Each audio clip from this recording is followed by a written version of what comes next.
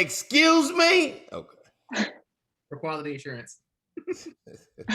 That's it. Hello, students. Welcome. We'll be getting started in about 2 minutes, so just hold tight while we let some of the other students file on in. How's it going, Kianya, Susan? Good to see you folks. Hey, everybody. Morning, y'all. Afternoon, should I say. Feels like morning time, though, don't it, Griff? Let me tell you something. I'm in Coconut Grove, Florida. So I done walked a couple miles this morning and looked around, saw 7 lizards this morning. It's definitely morning time to me. Oh, man, more productive than me. It's just been coffee and emails. Same. Hey, it be like that sometimes. I passed the Starbucks and thought of you, Miss Nicole. Oh, thank you. I'm working on cup number 3 today. Yeah, I thought we was working on saving our money and not buying as much coffee. Keurig. I'm not buying Keurig.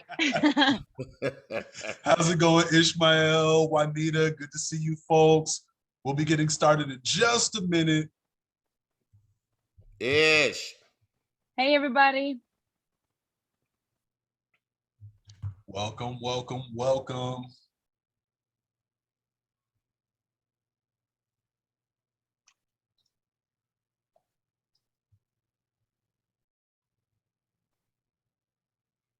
What color you feeling today, Mr. Davin? And today I'm feeling silver. Today. Ooh. I like silver. No rhyme or reason. I just like it right now. What about you, Miss Nicole? What color you feeling? Green. I'm feeling the green, like this chapstick, that lime green. I'm thinking about new blessings, new money, all of that. I know I'm not the only one thinking about money this week. Come on, Miss Nicole. I'm feeling, my color is salmon. I'm feeling salmon because I'm in Miami and all the buildings is salmon and turquoise, and it's funny because the palm trees in Florida is so small compared to the ones in California. So they so cute. I want one. I'm over here feeling silver. Nicole's feeling green, which is my favorite color. You got Mr. Griff over here feeling salmon. My goodness, we got a lot of colors going on. Not quite the rainbow, but close. Hello. Good afternoon, everyone. I would like to personally thank you all for joining us for the 2nd annual Madam Walker Legacy Center 2021 Summer Institute.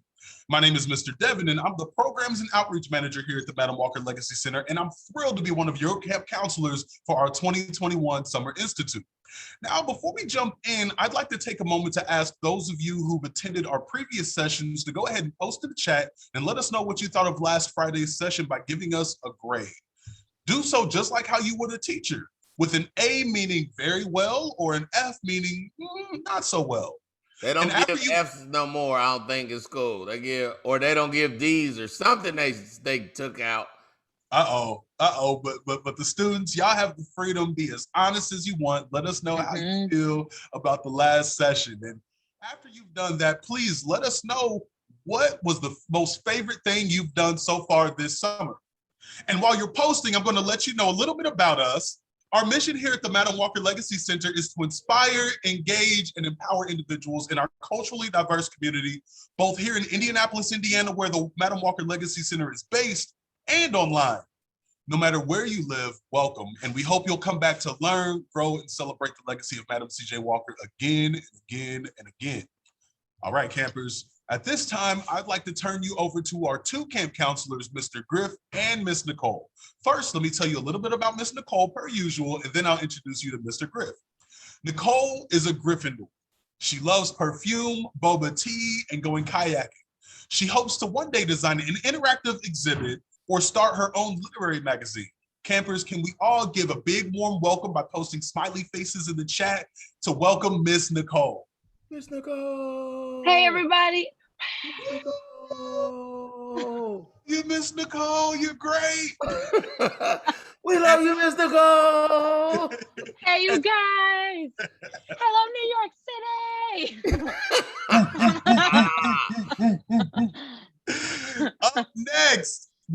got Mr. Griff. He's a comedian of over 25 years, a father of 7, and you can hear him every day, Monday through Friday on AM 1310 The Light or Get Up Mornings with Erica Campbell. Your camp counselor, Mr. Griff. Oh, stop it. I love y'all in the balcony too. I love you more. What's happening, y'all? Feeling great today. We have some special guests that are gonna blow your mind. Right, Ms. Nicole? Totally. You guys are going to love it. Mr. Devin, we appreciate you coming on and bringing us on every morning, giving us that every afternoon, giving us that information. And I love how somebody was trying to talk to you on your left side and you stopped them like this. You was like, hold it. You was reading your thing and you kept it going. Professionalism by any means, all right? Mr. Devin. I saw you, Mr. Devin. Oh, man. Okay. So look, you guys, we're not going to take a lot in the beginning right now because we have some very, very, very special guests. So I'm just going to tell you the rules. Ms. Nicole is going to tell you some things that's happening with the Madam Walker Legacy Center. And then we're going to bring on our guests. Really simple. Y'all know how we get down. Rule number 1, pay attention. How you going to learn if you're looking away or if you're on your phone. So rule number 1, pay attention. Rule number 2, ask questions in the chat. No such thing as a dumb question. And even if Mr. Griffin asks a dumber question, so don't worry about it. We're not going to be question shaming here at the Madam Walker Legacy Center. Rule number 3, don't be this guy. I can't. Mama, come prepared. Rule number 3, come prepared. Rule number 4, be respectful. You be respectful, you're going to learn a lot more, you're going to understand a lot more. And rule number 5, have fun. Mr. Go. Woo! All right. Thank you for that, Mr. Griff. I'm just going to power us through this. You guys already know we've had a whole month of fun. Week 1, we talked about social justice. Week 2, spotlight on the arts. Week 3 was about entrepreneurship and philanthropy. And this week, it's all about science and technology. Thank you so much for joining us. I can't believe we're already on the last week. We only have today and tomorrow left. Jeez. It just zoom in. Also, tomorrow, our focus is going to be on the prizes. We're going to be announcing the winners. So make sure that you take this last day to share your work with us. That includes any videos, business plans, TikToks, all that good stuff. Tag us at Walker Theater or using the hashtag MWSI21 or on our email info@madamwalkerlegacycenter.com. Yes, awesome. If you have your game, you can also send it to that email. We'll post it in the chat for you. Email that. We want to see the games. We want to see the dances, all of that. Make sure you get your parents' permission before posting anything on social media, of course. And we can't wait. Thank you so much. We're just going to get right into it. Griff, I'll let you go ahead and take it away with the intros. Thank you, Ms. Nicole. And it is my pleasure to kick off today's event in the Madam Walker Legacy Center 2021 Virtual Summer Institute by introducing our workshop facilitators of the day, NASA. That's right, NASA. Stop playing. I want to introduce Mr. Lance Rogers. Lance works as an electrical power systems engineer with NASA's Exploration Ground Systems program at Kennedy Space Center. Wow. In this role, he designs and tests the electrical power distribution systems of manned and spacecraft in support of NASA's missions to the moon and Mars. Lance was born in Flint, Michigan, and graduated with his degree in electrical engineering from Auburn University, War Eagles. He began his career working on an International Space Station and transitioned to working on Artemis program, which will put the first woman on the moon. Wow. We also have Philip Hargrove. Philip works as a launch vehicle trajectory analyst with NASA's Launch Services program at Kennedy Space Center too. Through this position, he works with NASA spacecraft developers and commercial launch vehicle developers to ensure that NASA's robotic spacecraft have a safe ride to their intended orbits. Oh, I got so many questions. Philip been doing any opportunity to participate in public engagement, stuff like this, and share the NASA story, as well as talking with other space enthusiasts. He's also a faculty member at Florida Tech, teaching courses in spacecraft dynamics.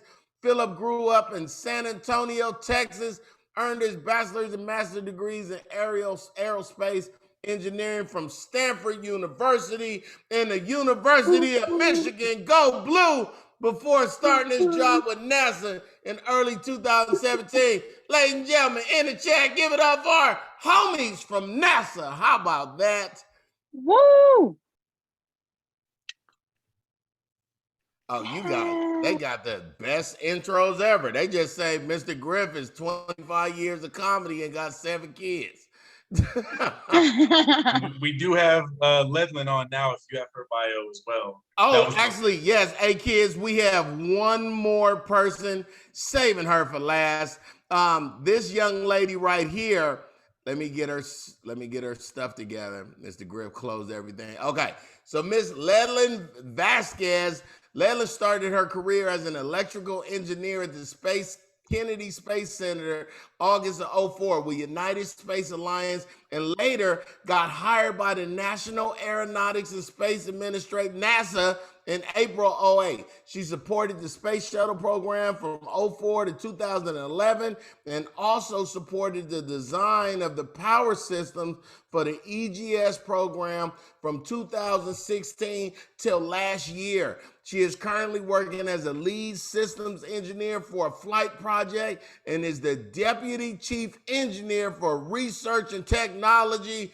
Come on, Ms. Vasquez. Woo! Y'all don't even know. That's a big deal down there at the Space Center. So Leon, make us understand how explain that big deal to us as kids. Well, I'll let her talk about it when it's her time. But just so that y'all in the know, the people who know that Ledlin is we're very honored to have her speaking with us today. Oh, nice. That's how like Miss Ledlin is a big deal. Stop playing. Not really, but just follow your dreams. All right, Philip. So is it our time for our presentations? Yes, sir. Go ahead, Lance. Take it away. All right, Philip, you got those charts? Yes, let me go ahead and share. Well, but first of all, while we're getting that up and running, I want to say good afternoon to all the children and also good afternoon to all of our facilitators and our counselors. I love the energy that's going on with this program. I also love speaking to, our people and also to any of the children or anybody that is interested in the space program or programs like the Madam Walker Legacy Center puts on. So good afternoon. Thank you, Lance. So yeah, we will just go ahead and get started. Ledlin, we've got you up first. So if you can just let me know when to advance to the next slide, I'll just click on forward so we can start with you if you're ready.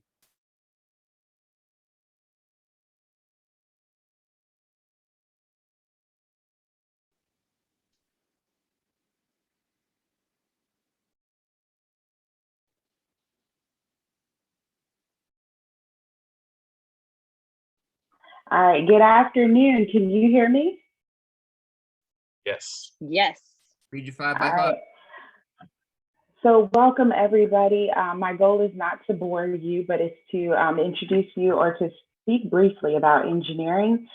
We can't, of course, cover the whole discipline within this time, but we can just walk y'all through some of the things that we do and hopefully motivate and inspire you to also walk in either our footsteps, but also, well, hopefully go further than us within the discipline of engineering. Next slide, please.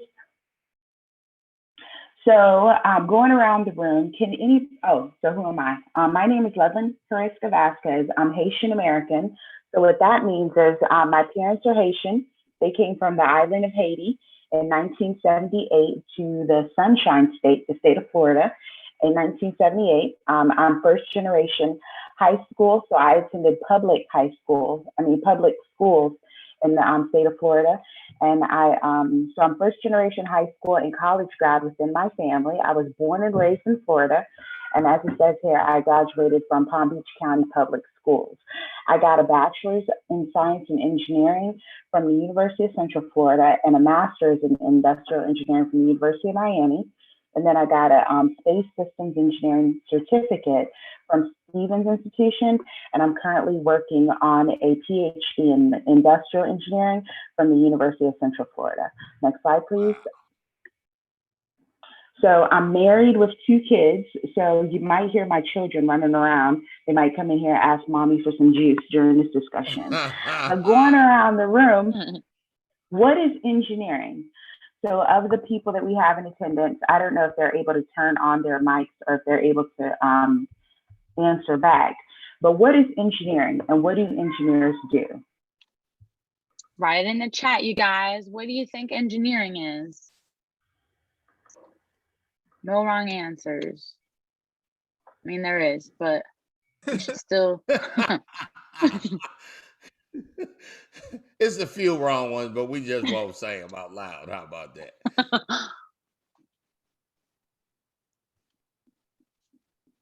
All right, so engineers, the building and Here we creating of programming software and hardware machines. This is Ms. Kyle. Thank you, Ms. I think, is it Kyle? Ms. Kyle? Juanita, Mm. Ms. Okay, making things. All right, good answers. Those are all great answers. So engineers take large, complex problems. So a large problem is trying to get astronauts to space. And yes, we design things. So you have a huge, large, complex problems. Engineers work in different teams. The problem is broken down into smaller segments, and each team provides a solution for their segment. So we have at the Kennedy Space Center, we have the space program. So with the space program, you'll find that with the space vehicle itself, the rocket is broken up into so many different segments, and you have teams of engineers that work within those segments. So like you have a power component, you have a fluid component, you have a communication component, you have a GPS, navigational system component. And engineers work in those different components, and we try to help solve issues within our area of expertise. And we come together, we do integrated engineering where we all come together to make sure that we can all work together so that the vehicle can launch and land how it's supposed to. Philip or Lance, do y'all have anything to add to that? And I think you covered it pretty well.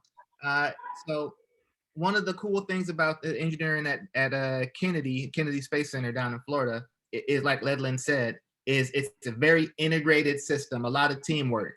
I bet you guys are doing a lot of team activities at camp. So like we said, I'm one type of engineer, and then on a big integrated test of a rocket or an operation with the rocket that we're doing, we've got all the different engineers down there on our little headsets. You know, I'm talking to the fluids guy to make sure that his system's working properly. And then the fluids guy is talking to the communications person to make sure that the proper communication systems are working. I'm making sure the batteries are charged. It's all communicating back and forth and working like a well-oiled machine, like Ledlin said. Were you guys Thank on you. the Mars launch last year, you 3? I supported the 2010, which was the Mars Curiosity rover, but Mr. Philip Hargrove, he supported the last Mars mission. Go ahead, Phil. I did. I'm going to talk about that a little bit later. Yeah, I did want to say, just to piggyback off of what we were already talking about, you know, when people are talking about something confusing and they're like, oh, well, it's not rocket science. The reason why they say that is because no one person can do this by themselves. Nobody's going to have the knowledge to just understand everything all the way down to all the details. So that's why we have these big teams. People get to focus on one thing. And of course, we have managers who are a part of making sure that team works well together. Even systems engineers will do that. But that's why working in teams is so important. And that's really the only way that we get to do this really cool stuff. So cool. Yes, sir. All right, next slide, please. So I'm an electrical engineer, and I think Lance is also an electrical engineer. Philip, what type of engineer are you? aerospace. Awesome. So some of the different things that electrical engineers do, they're laid out on the screen. But right now, also in the chat, looking around in the room that you're in at home or wherever you are, what are some things that you can identify from your location that you think that an engineer or an electrical engineer has put together? So when you're driving around, you might see these huge boxes on poles. Sometimes they're buried underground, sometimes they're up above, and they're complex power systems. What these high transmission transducers do, they bring the power level down from the power company so that we can get power within our homes. If you look inside of most of the things we work on our phone, thank you, Mia, the phones, the different devices that we're working on at home, you'll find circuit boards. If you're in a building, whether it be in a school or any type of building, you'll see exit signs, and those exit signs have LEDs, which are light emitting devices. They won't go out if there's a power surge in the building and there's no power in the building. So those are around you. And then you have the space shuttle phones, and then you have even the gaming systems that we have electrical engineers help put together. But something else that y'all may have not thought about, Johnson & Johnson in Florida, in Jacksonville, they have a plant where they put together beauty supplies. So believe it or not, you have electrical engineers that work on the machining line that help put together like our beauty products like Dark and Lovely. I mean, I might be dating myself with Dark and Lovely, but whatever the beauty supplies that y'all are using now, engineers have a part in that, because to get that item off of a manufacturing line in order to, and to get it into some type of a bottle or whatever in your homes, it takes machinery, and that machinery has some type of electrical component that engineers work on. Next slide, please. So why did I become an engineer? So there are different reasons to becoming an engineer. Some people think you have to be super smart. I don't think you have to be super smart. I think more than anything, you have to be curious as to why things work and how they work. And you have to be interested in math and science. So just like you calculate money, you have to be able to do different math and science calculations. So you need that for engineering. One of the reasons that I thought it was cool was my mom had bought me this career book when I was in elementary school, and I couldn't pronounce the word. I was like, what is this E word? And everybody said engineering. And whenever I said I wanted to be an engineer, I saw everybody's face light up. So I was like, that might be a reason to go into engineering. I don't know if you're in your schools that you have access to SECME and NSBE, but NSBE Junior, which is the National Society of Black Engineers, they had a science club in our high school. So they had students that came out from our local university, which was Florida Atlantic University, to help walk us through engineering. So some of the cool reasons of being an engineer, it's interesting work. You get to work on things that other people don't work on, like space systems. But I haven't always worked space systems. Before I came to NASA, I actually worked as an intern for Kimberly Clark making Huggies diapers. So my motto back then was, I'm gonna make diapers and not change diapers. Well, now in life, I'm changing diapers, but back then I was making them. And it was different, it was cool. I got to meet some really cool people.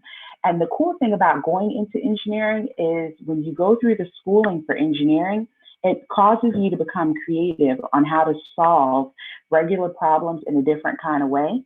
And every time you solve a problem, it gives you a nice sense of accomplishment.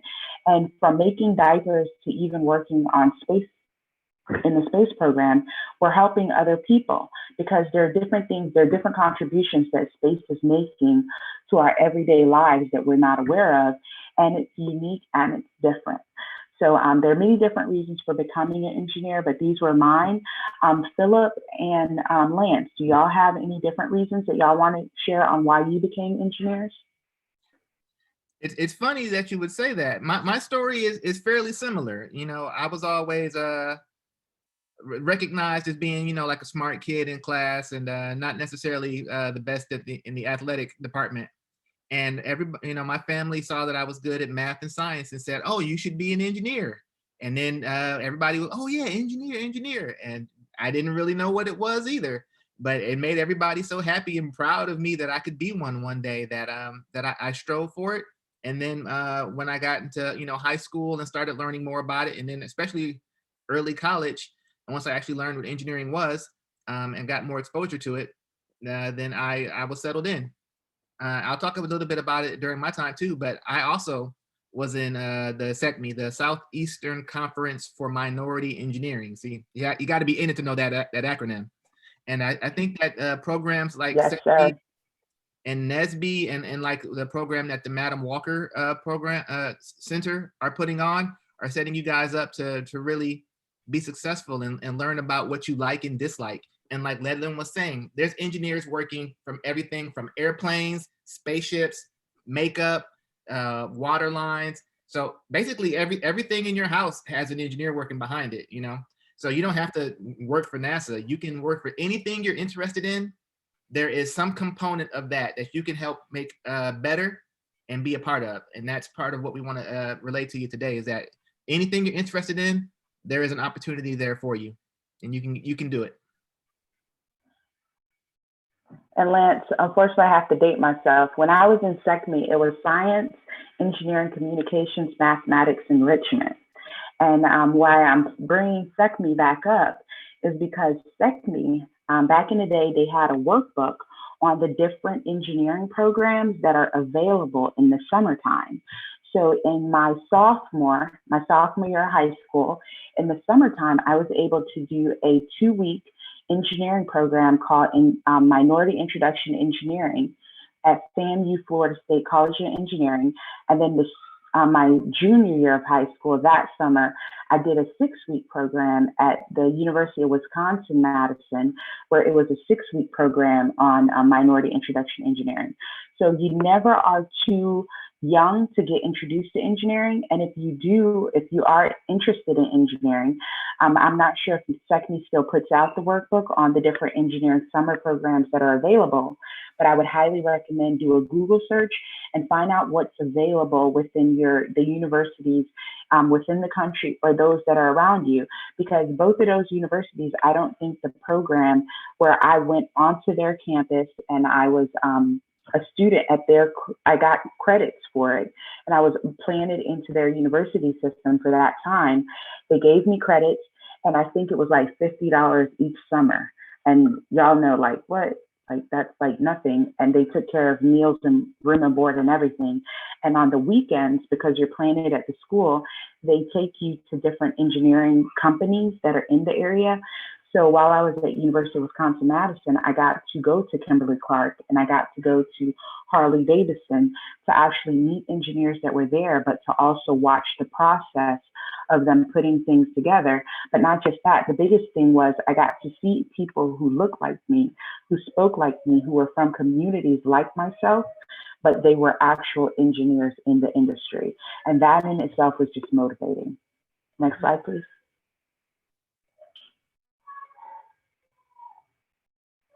So, next slide, please. It's all you, Mr. Lance. Hey, all right. So so first of all, there was a question in the chat about how long it takes to be an engineer. And to answer that, on paper, it's a 4-year program. It took your boy a little bit, 5 and some change to get out of engineering school, but it's officially a 4-year program. Now, what I highly, highly recommend to anybody who is interested in really in any field in general is that while you're in school, as early as you can, if you can find a program in high school, like an internship program or a co-op program, or if you know somebody, the big homie from church, if he'll take you and show you at career day or something like that, so you can figure out what engineering is or what that field is. It's so wide, so it's good in that way, in that you can do anything you want to, but it's also very different place to place. And so like Ledlin was saying, she didn't know what it was, even though she was interested in it, and I didn't know what it was, and I was interested in it. And I believe you guys are probably interested in engineering. You've heard, oh, it's a good job. Oh, I like science, I should be an engineer. But what exactly is it? And it changes company to company, organization to organization. So the more hands-on you can get earlier in the process, is better for you, and the more people you talk to, you know, like somebody like us, or you know, somebody in your community, these types of camps will really help you get a good grasp on what it actually is day to day. All right. Nice. So about me, I'm born in Flint, Michigan, raised in Mobile, Alabama. Went to Auburn University in Auburn, Alabama. Shout out to Griff. Seems like you know what's up. Man. Got my bachelor's in electrical engineering. Like I said, it took me a little bit over 5 years, but that's because I did what's called a co-op at NASA. So you go to school for a semester, and then you work for a semester, paid. Oh, wow. I had ever made at the time, and so I recommend that highly. And then went back, and so that gave me good work experience while I was in college. But it did take me a little bit longer to get out of school. But you know, don't be in a rush. You got your whole life to be grown. Enjoy college. All right. So when I first got to NASA, I worked for the International Space Station for the payloads for the space station, and I since have transferred over to the Orion electrical power systems. Now, What's the payloads, Mr. Lance? What's a payload? it's a lot of different stuff. So I'll talk about it a little bit more later, but Okay. so you've probably been, hearing that, that we have a space station, people up in space floating around since I believe 1995. We've had a human presence in space consistently since 1995. But what are they doing? Who knows, right? I do. So the astronauts that are going up on the SpaceX rockets, they're working on experiments in space. That's officially what the space station is. It's a lab. It's a national laboratory. So they're doing experiments, and they're also, the astronauts themselves are part of, I won't say experiments because they're not like test subjects per se, but the things that we learn from having a human presence in space for that long is helping us design systems and learn how the human body is interacted by microgravity, so that we can, when we're going back to the moon and onto Mars and more deep space exploration, we know how the body reacts, the human body reacts. So for some of the experiments that we're doing, there's a lot of planetary viewing research. I've worked on payloads that have monitored greenhouse gas emissions in forests, in major greenhouse forests. I've worked on materials experiments that expose various materials to space to see what materials work better to design the next satellite or the next spacecraft. I've worked on optical laser viewing experiments. It really runs the gamut. I had a hand in the alpha magnetic spectrometer experiment that was one of the last shuttle missions that long story short, helped scientists figure out the origins of life in the universe. I played a very small part. Wow. Very small part in that, but I played a part. No. You got a part. Don't downplay it. I had a small part in it from watching it. You had a big part in it from doing it. Yes.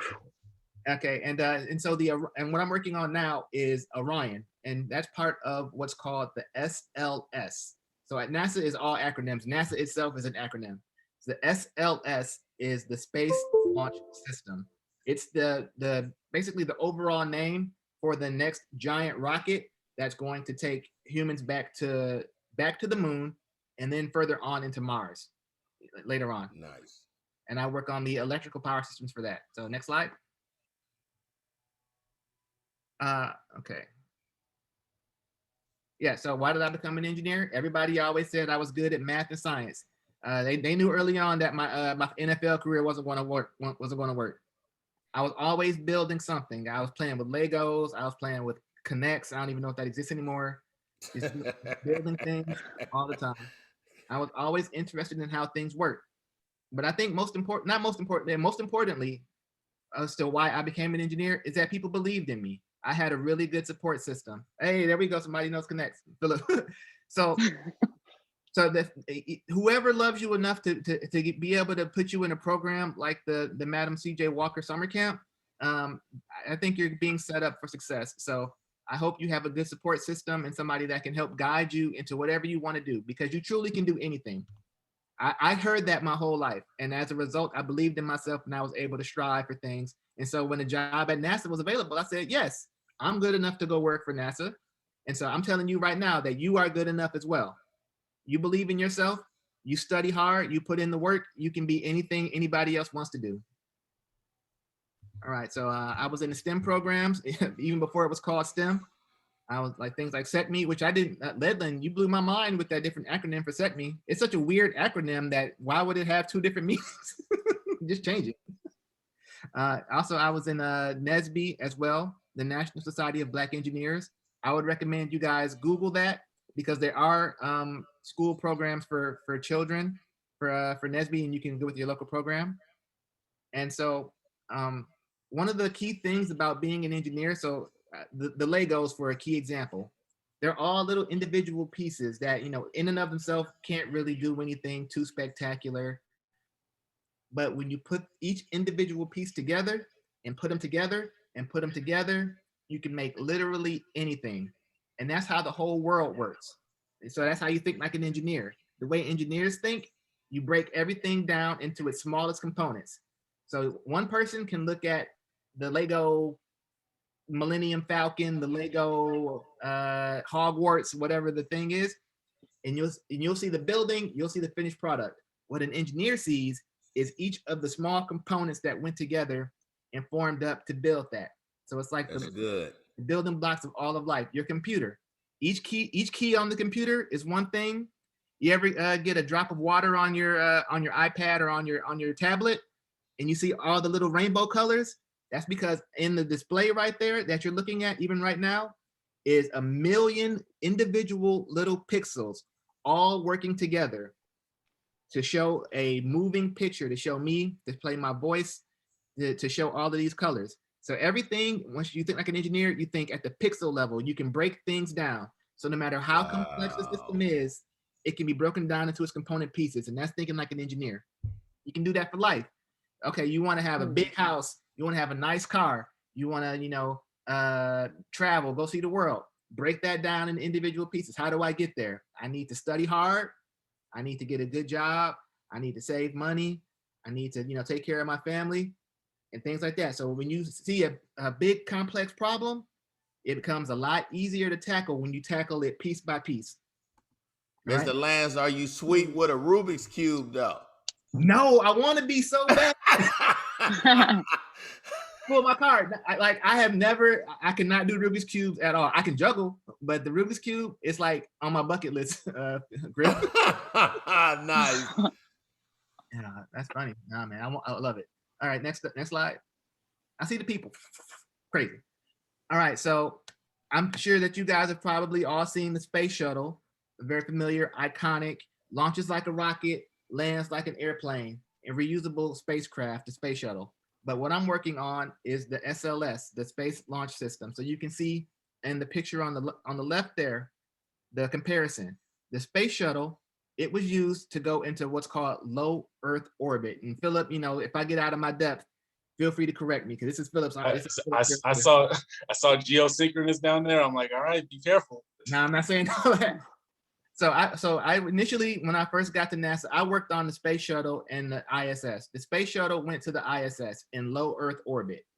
And so people have been asking, since we haven't launched the space shuttle in so long, what is NASA doing? What have y'all been doing? Yeah. Working towards launching a lot of satellites to monitor the Earth, check for things like global warming, a lot of other satellites for various uses, GPS, cable, things like that. We facilitate all of that stuff like that. But also, I've been working on the rocket that's going to go back to the moon and send the first woman and first person of color to walk on the moon. And that rocket is called the SLS. So the difference between going to low Earth orbit, like right around the Earth, and going to the moon, just way further off, you can see the difference in the size in these two rockets between the space shuttle and the SLS, because it takes that much more power and energy to get a payload, which is the Orion capsule where the astronauts are. That's what's basically, you could think of it like the car in the outer space is called the Orion, where the astronauts actually are. To get that to the moon, it takes so much more energy than it takes to get to the space station. And that's why the rocket's so much bigger. How much that cost, Mr. Lance? Oh, it's a deal at twice the price. It's a good deal for your tax dollars. A lot of my sometimes when I go to family reunions, I get cousins talking about, oh, why they spending so much money on NASA? We need X, Y, and Z. And I say, I agree. It's very important that we take care of everybody. But people have an inflated view of how much NASA costs the budget. It's like, if I'm not mistaken, it's less than 1 penny of every dollar of your tax dollars goes towards NASA. So for the amount of tax dollars that go into the program, we get space exploration where we can view and study the origins of life in the universe. We get all kinds of valuable spin-off products, like your memory foam mattresses were developed using NASA technology. Everybody knows Velcro was developed using NASA technology. Every year we put out a book this thick about all of the different technologies and inventions that came out of some type of research that was done in efforts to further our exploration. Just for the year? Yeah, every year. Wow. Wow. All right, next Some slide. light reading for you. Yeah, if you want to find it, it's called Spinoffs. All right, so that talks about me right there. So you can see the little pictures of me back when I was a youngin in the payload bay of the space shuttle in the green suit. So the space shuttle is a very precision instrument. You have to make sure that you don't have anything that's called FOD, F-O-D, foreign object debris. So like, say if I had a pin fall out of my pocket while I was inside the space shuttle, yeah, when it goes into space, it's floating around. It can get inside of something, cause a short circuit, cause issues that we don't want to see. So that's why you have to make sure all your stuff is empty and put on these what's called bunny suits, these green suits, when you go inside of any of your clean room environments, to make sure everything is static free and clean and free of debris. And you can take cool pictures sometimes. I also used to work space shuttle landings. So right when the astronauts would come back from the space station or from space, I would go out to meet them, and not meet them, but to get the payloads out of the bay of the space shuttle and bring them back to the experimenters. So that's me in front of the space shuttle minutes after it landed, right there. And yeah, let's see. And next slide. I think that might be it for me. Yep. All right. So that's me here, looking in the chat, see if I had any questions. Nope. All right. So I'll be looking at the chat room if anybody has any questions for me. Until then, I'm gonna turn it over to the big homie Philip, so he can tell you guys all about what he does. Wow, that is so cool. This is so interesting. I'm sitting over here taking notes. You always say, I want to talk to somebody like that. And then here we are talking to people that's worked on all kinds of things. This is so dope. Well, I'm glad. Yeah, and please throw questions in the chat. We would love to, know what y'all are thinking about. Because yeah, I mean, when he's talking about sending stuff to Moon and Mars and all this technology, like I know stuff is coming up in your mind of like, well, wait, how do they do this? So yeah, please throw stuff in the chat. So you said we're going on to big homie Phil. I'll start off with little homie Phil. So this is me when I was probably, around y'all's age, those of you who are participating in this summer program. So kind of like what Ledlin and Lance both said, the fact that I was able to participate in programs like this to like learn about what they were doing in space at the time, this was before the space shuttle stopped flying. It was just really awesome for me. So I was always really into space. I just thought it was super cool. Loved learning about the planets and stuff. So I was like a big science geek when I was in elementary school and stuff. So hey, Philip, why they took away Pluto? We want answers. I don't know the official answer outside of, because I know its orbit is so different than the others and it's like really irregular. So all the other planets are in like a pretty close, like the similar plane, but then Pluto is like tilted a whole lot more. It's really oblong. The orbit is less of a circle than the other. None of them are perfect circles, but they're closer to it. And the planet is much smaller than all of the other ones. So I think all those things combined don't give it a good enough planet score. That's probably a bad answer. I don't know the full science of it, but yeah, when I was a kid, Pluto was a planet. No, Mr. Phillip, bring back Pluto. We don't know what you talk about. I'll work on that. Don't say it's not. Yeah, okay, so yeah, Kayla says it doesn't have a cleared orbit. Oh, that's a good point. Is it Wow. about the amount of stuff that's in its orbit? Like, does cleared mean like, you know, other asteroids and comets and whatever else it may be? Because basically the other planets are big enough to where they scoop away or throw away all the other stuff that might try to orbit around it. So they kind of have enough oomph to be like full planets, as opposed to just being like a big asteroid. And I think Pluto might just be like a big well, a big asteroid. Like, I don't know what do they call it, a dwarf planet now? I thought so, Yeah. but my kids said it's just now they just say 8 planets instead of 9. Yes, lots of things change. Absolutely.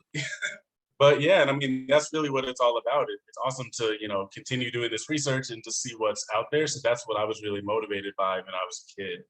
And something I thought about when Lance was talking, you were talking about sort of the mind and the eye of an engineer, where you see something and you see the small pieces.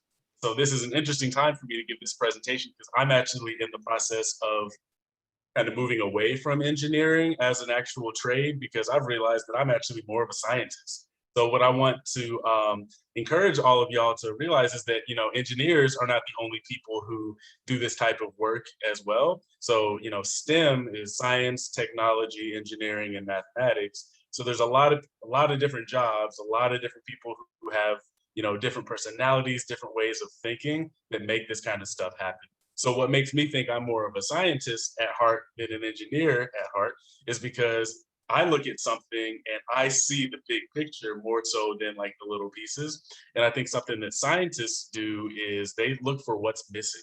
They look for what questions have we not answered. So you see a picture of a planet and they're like, oh, we got this data. What are we missing? Like, what else could we figure out? And then the engineers are the ones that figure out how to make that happen.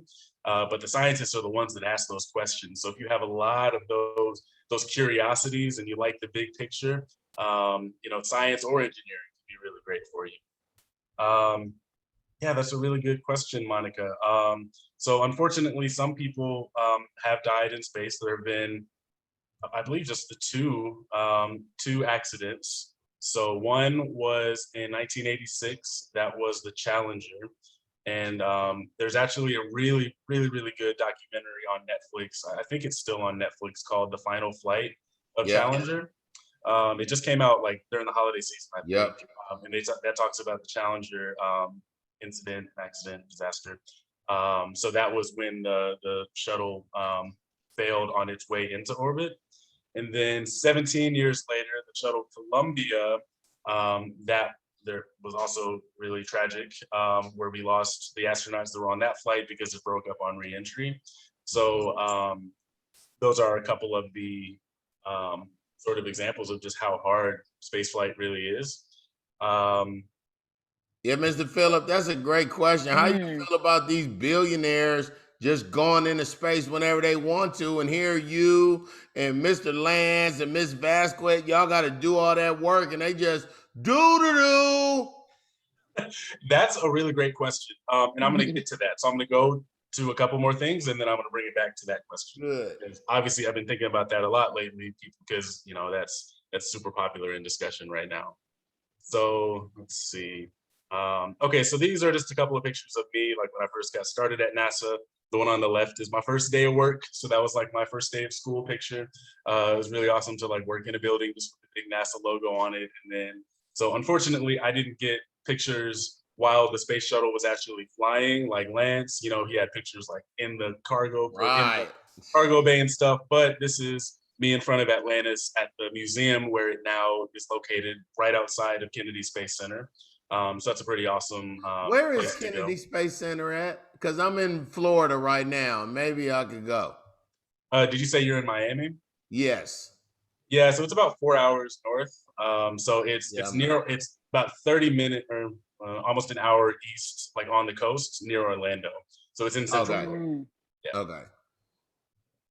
But yeah, it's an awesome place. You can see launches from here. We actually have a big launch coming up on Friday, and there are launches that happen out of here all the time. So that's just a little bit about me, and then my job at NASA. So you also asked the question earlier of what is a payload? And that is really what my job is all about. It's about putting together all those pieces of a given mission. So people are familiar with the Mars rovers, I think. Maybe some of you saw that we landed one on Mars this year. And like the question that was asked earlier, we launched it last year. So if you want to put something on Mars, you got to get it off Earth first. So what NASA does is we partner with a company that builds those rockets, because some of the rockets NASA builds, like the SLS, are the really big ones that we're using to send people deeper. You know, they're doing the really big sort of, what's the word that I'm looking for? We're trying to push the limits of the technology and do something completely new.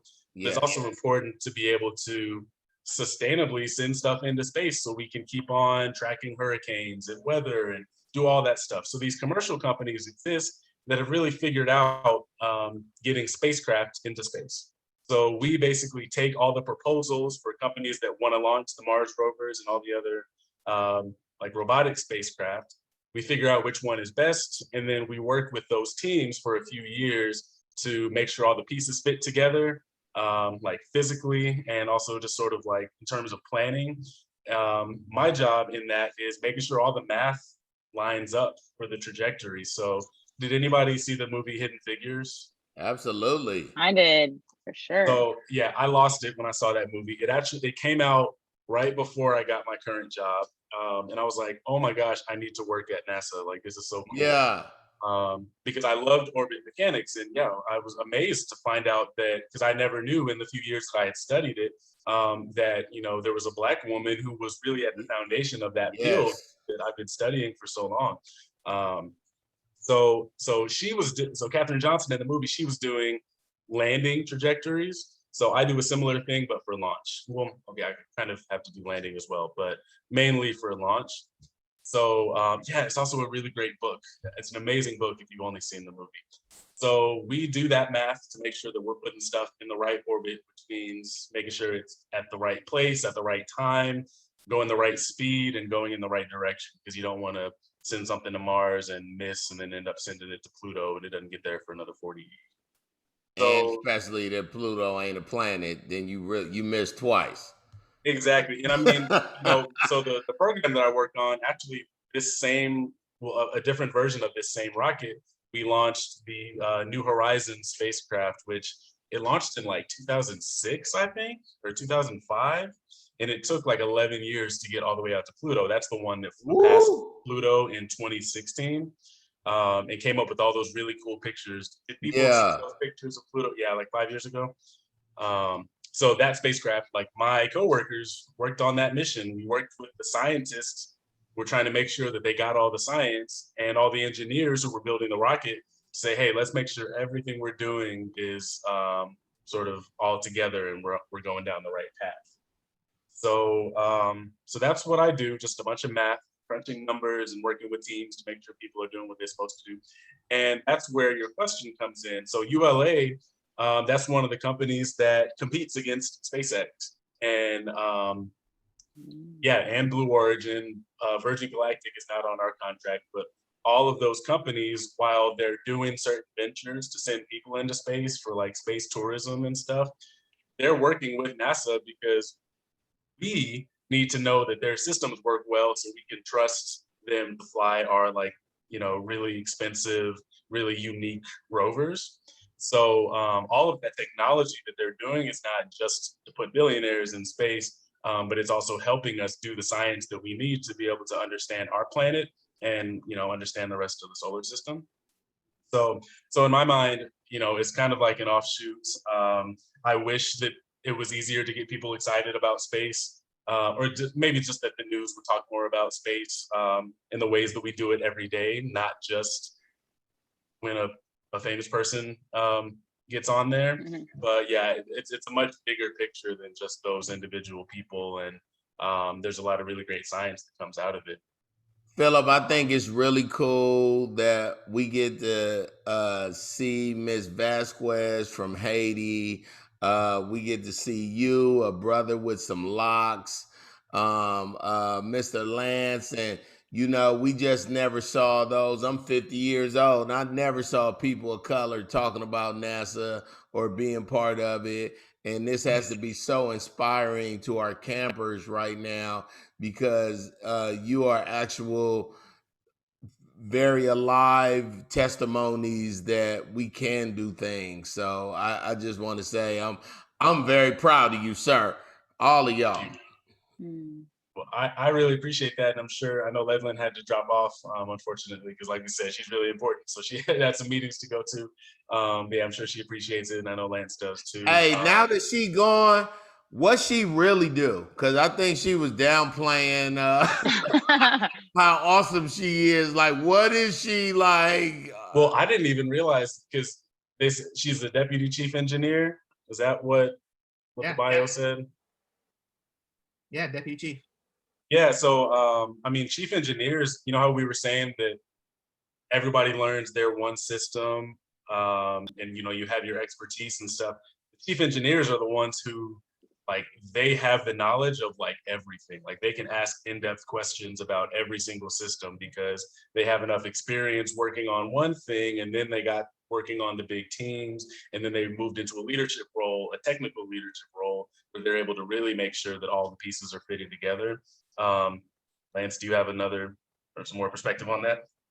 No, it's just that it's quite the accomplishment for, you know, a woman of color to make it into a leadership position like that. So that shows you, you know, what a hard worker she is. Nice. Right. There's a lot of politics, I think, that comes into it, or just group dynamics, you know. So yeah, that's really awesome for her. And in the end, it come down to who the smartest. And Miss Vasquez is not playing around with her knowledge. And that's a okay. good job of you know, adhering to being a very diverse workplace and an accepting workplace as well. So I give them big props for that. I like working there a lot. It's a great Kennedy is a great organization, and I've been to most of the other centers too. And NASA as a whole is a very welcoming and diverse workplace. That's so cool. Right. I was going to say, even she was talking about electrical engineering. My he works on the electrical ground systems for basically the whole launch tower for the SLS rocket. He's I believe, the chief electrical engineer for that entire system. So he basically owns that whole thing. Oh, and he's also Black. That was my point of bringing that up. So yeah, there's a lot of Black people doing incredible things. And also, like, it's not new. And that's something that I'm learning just this year. So we did a Black History Month program where we were just trying to pull sort of kind of like hidden figures. We were trying to find people in the past who like did really important stuff that we didn't know about. And I mean, it was incredible. Like, you can find some of this stuff online if you search, but like there was a NASA engineer who built the telescope that took the first pictures of the Earth from the moon. So during the Apollo era, it was a Black man. It was a picture of him with this like gold-plated telescope. And this is in like the 60s. So he's got this big afro and stuff. I'm like, wait a minute. All that I see in the pictures and the videos is, you know, white men with short collared, you know, the button Big up. old brother with an afro. Right. Yeah. So nice. okay. So yeah, do we need to cut off right at 2 or 1 y'all's time? Yeah, we done in a couple minutes, so you can wrap it up right here, Mr. Phillip. Yeah, I'll wrap it up real quick and just say, hey, working here in Florida is amazing. So a couple of days before the launch last year, I actually got to go out to the launch pad and see them roll the launch vehicle from the building where they stack it up onto the launch pad. Obviously, I was not there the day of because I would have gotten torched. But that was a pretty awesome experience. At that point, I didn't have my twists, but my fro was looking pretty good. And then I wanted to talk about just how we land things on Mars. That's where robotics really comes into it. So I'll send this link to y'all's team. Hopefully you can get it out to the students. But there's an awesome video that they took of the Perseverance rover landing. It was the actual video from the real systems. Like, it's not like an animation of it. So I want to say it. I watched the launch. I watched it. I was so excited. I was watching it live while we were on the morning show, and I was on their nerves going T-minus 10 seconds, like I was going crazy. But we really appreciate you guys. Thank you, Mr. Phillip. Thank you, Mr. Lance. Thank you for being a beacon of hope for reals. You don't even know how you've inspired our young people today and our adults that are watching. Thank you for knowing. Thank you for answering all the questions that we had.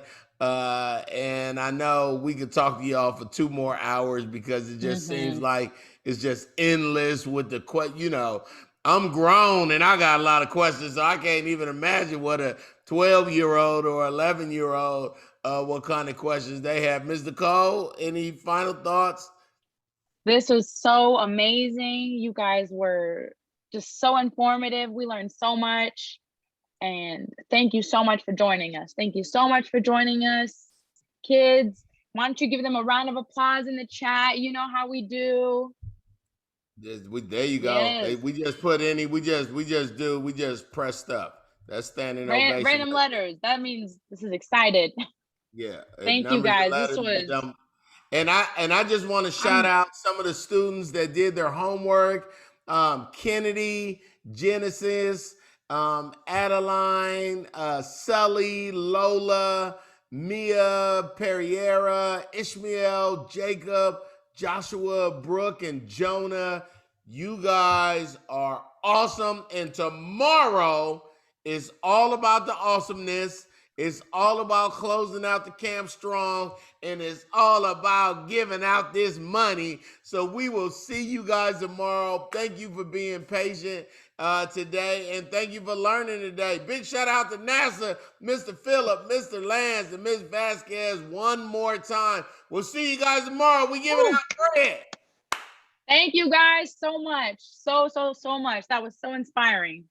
Thank you all very much. You guys can do anything. Remember that. You can do anything. Bye, That's what Mr. he said. Cole. Thank y'all. Bye. Bye, you Take care. guys. Thank you.